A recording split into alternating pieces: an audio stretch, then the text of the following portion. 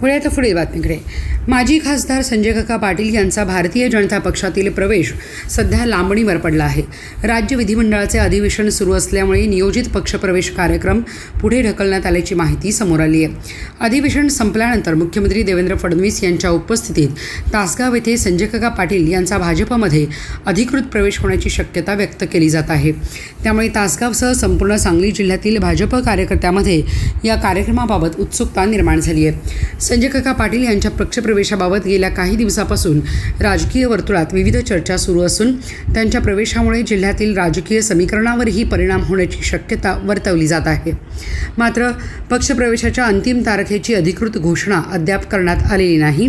दरम्यान मुख्यमंत्री देवेंद्र फडणवीस यांच्या उपस्थितीत होणाऱ्या संभाव्य पक्षप्रवेश सोहळ्याकडे जिल्ह्यातील राजकीय वर्तुळासह कार्यकर्त्यांचे लक्ष लागले आहे.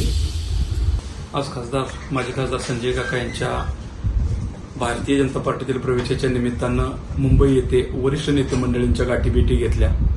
त्यांना आम्ही सर्व कार्यकर्त्यांनी विनंती केली की हा कार्यक्रम हा आपल्या तासगाव तालुक्यामध्ये तासगावमध्ये व्हावा, यासाठी आम्ही त्यांना विनंती केली. त्यांनी त्या विनंतीस मान दिला आणि त्यांनी सांगितलं की अधिवेशन संपल्यानंतर आपण काकांचा मोठा पक्षप्रवेश सोहळा हा तासगाव या ठिकाणी घेऊ, अशा पद्धतीचं ठरलेलं आहे.